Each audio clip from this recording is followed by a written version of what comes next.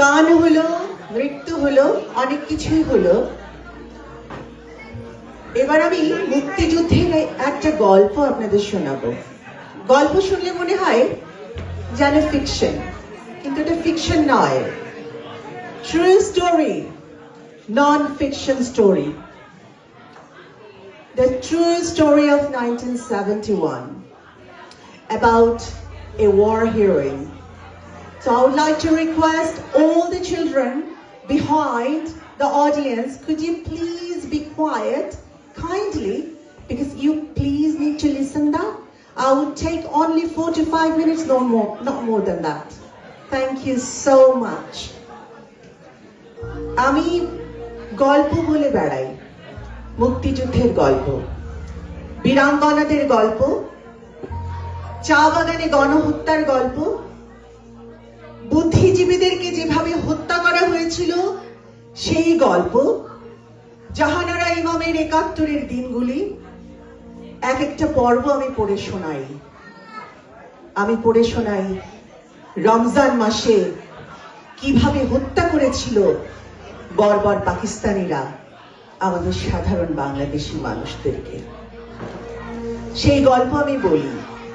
আজকে আপনাদেরকে শোনাবো একজন বীরাঙ্গনা মায়ের গল্প। তার নাম সাফিয়া। তার খুব অল্প বয়স ছিল। তাকে কিভাবে লাঞ্ছনা গঞ্জনা সহ্য করতে হয়েছে, অত্যাচারিত হতে হয়েছে, এবং মুক্তিযুদ্ধের পরে সবচেয়ে বড় কথা হচ্ছে এখনো তাকে ভয়ে দিন যাপন করতে হচ্ছে। এটা আমাদের জন্য কত বড় একটা লজ্জার ব্যাপার। So I'm going to this is not a recitation, as I have told you at the very beginning. It is a true story about Shafia Begum.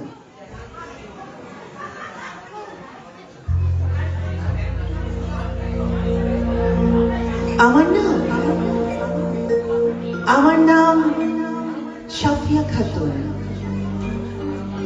ভালো থাকা, আমার আর ভালো থাকা, নুন আনতে পান্তা ফুরায়, কাজকর্ম করতে পারি না, ছেলে মেয়েদের গলগ্রহ হয়ে বেঁচে আছি, কেউ দেখতে পারে না, আপদ মনে করে।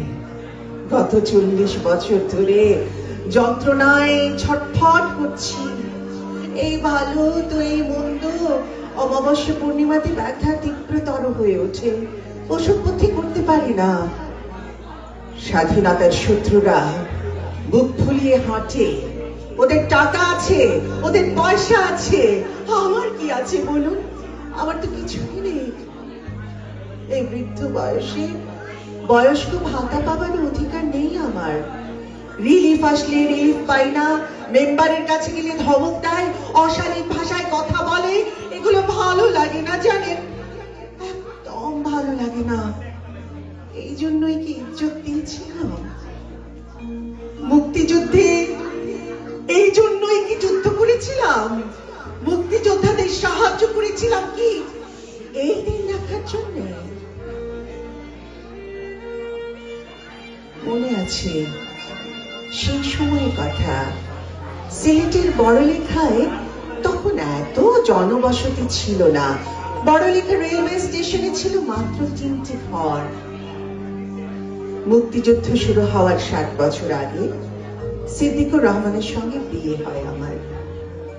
আমার দেবর ওহিদের বাড়িতে ছিল মুক্তিবাহিনীর ক্যাম্প।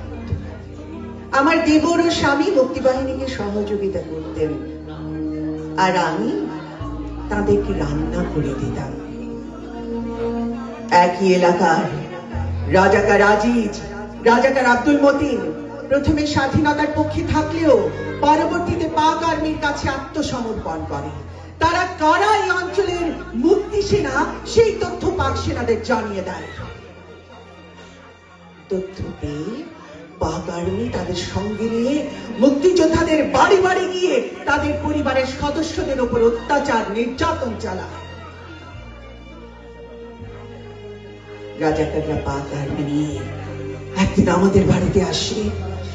৩ তারিখ আমার ঠিক মনে নেই আসলে, তবে আশ্বিন মাস ছিল সেটা আমার বেশ মনে আছে। বাড়িতে আমার স্বামী ছিলেন, প্রথমে তাকে আটক করে বেঁধে নির্যাতন করে। পাঞ্জাবিরা আমার 8 বছরের ছেলেকে ঘর ধরে মাটিতে ফেলে দেয়। তাকে বন্দুকের বট দিয়ে পেটাতে শুরু করে। একই সাথে আমার 2 বছরের শিশু কন্যা রুইনাকে বুটের চাপায় পিষ্ট করতে চায়। আমি তখন বললাম, আমাকে তোমরা মেরে ফেলো, তবু আমার সন্তানকে তোমরা কিছু করো না, আমার মেয়েকে তোমরা ছেড়ে দাও। চুল ধরে জিপে ওঠালো আমাকে। এরপর শুরু হয় নির্যাতন। স্থানীয় ক্যাম্পে 4 দিন নির্যাতন চালানোর পর লাতুতে নিয়ে গিয়ে 12 দিন নির্যাতন চালায় প্রচুর দল। এরপর আমাকে নিয়ে আসে বড়লেখা ক্যাম্পে। এখানে 10 দিন নির্যাতন চালানোর পর নিয়ে যাওয়া হয় আমাকে সেই উপজেলার কেরামত নগরে।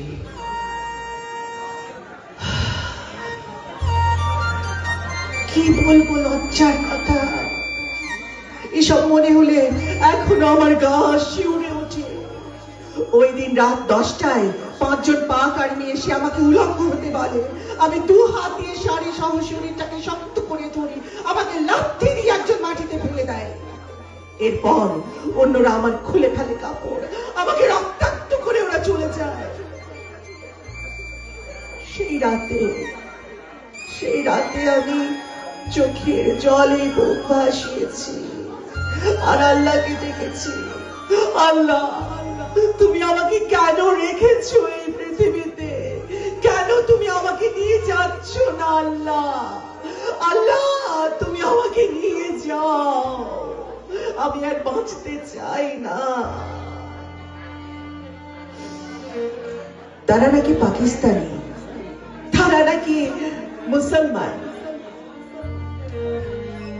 মুসলমান হয়ে এমন আচরণ তারা করলো কি করে বলুন তো? পরদিন রাজাকাররা বলেছে আমার বিচার হবে।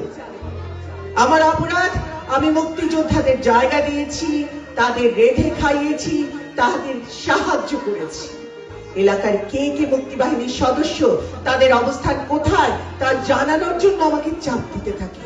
আমার কাছ থেকে কোনো কথা বের করতে না পেরে শুরু করে নির্যাতন।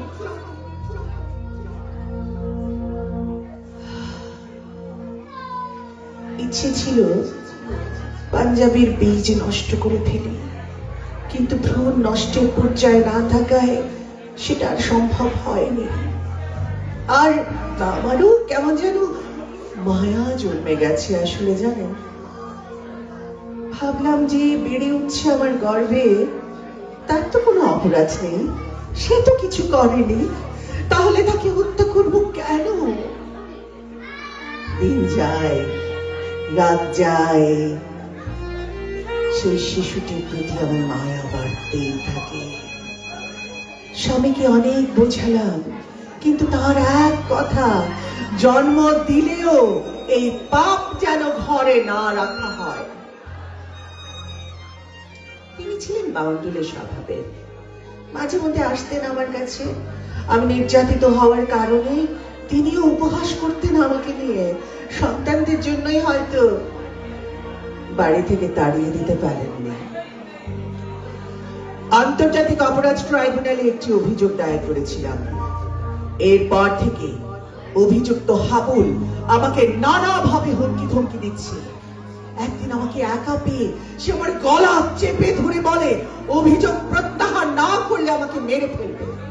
আমিও তাকে বলেছি, অভিযোগ আমি প্রত্যাহার করব না, মেরে ফেললে মেরে ফেলো, আমি একাত্তরেই তো মরে গেছি।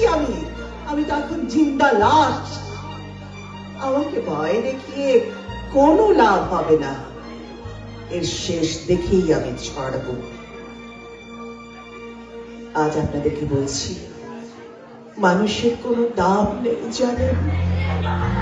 হয়তো দেখবেন একদিন আমার লাশ রাস্তার পাশে পড়ে আছে।